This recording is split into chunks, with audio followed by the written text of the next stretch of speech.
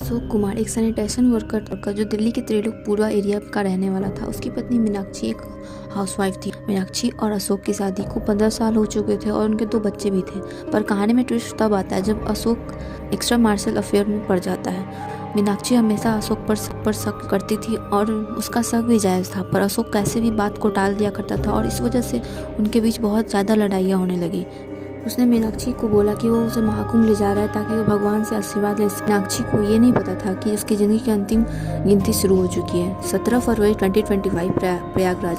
अशोक और मीनाक्षी त्रिवेणी संगम में स्नान करने के बाद वो काफ़ी थक जाते हैं। तभी अशोक और मीनाक्षी एक होटल में चेक इन करते हैं। महाकुंभ का समय था, इसलिए होटल स्टाफ आईडी चेक करना भूल जाते हैं क्योंकि हर जगह भीड़ थी। उस रात जब मीनाक्षी शांति से सो रही थी तभी अशोक ने अपने प्लान को अंजाम दिया। उसने मीनाक्षी को बहला फुसला कर उसे रूम के बाथरूम में ले गया और वहीं उसकी गर्दन काट दी। निर्दोष औरत एक पल में मारी गई और अशोक बिना किसी शर्म से वहाँ से भाग गया।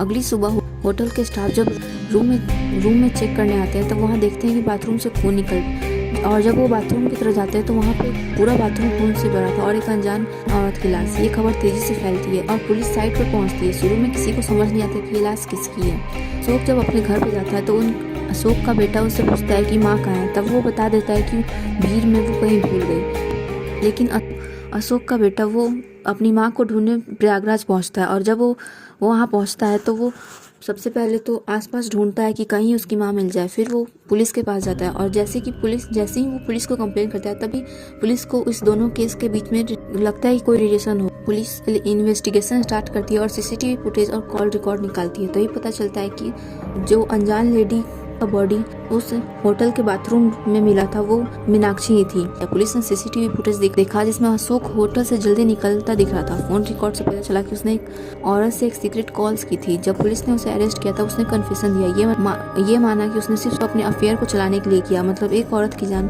सिर्फ एक नए रिश्ते के लिए ली गई। आज अशोक जेल में है और उसका ट्रायल चल रहा है। ये केस सिर्फ एक मर्डर नहीं बल्कि एक वार्निंग है कि कभी सबसे बड़ा दुश्मन वही होता है जो सबसे करीब होता है। ये कहानी बताती है प्यार के नाम पर धोखा कितना खतरनाक हो सकता है। एक सच्चा रिश्ता भरोसा पर टिकता है, लेकिन जिसमें सिर्फ स्वार्थ हो उसका अंजाम मीनाक्षी की तरह होता है। क्या आपको लगता है कि मीनाक्षी को इंसाफ मिलेगा? क्या अशोक को सख्त से सख्त सजा मिलनी चाहिए? मिलते हैं अगले वीडियो में, तब तक के लिए स्टे ट्यून्ड। Thank you.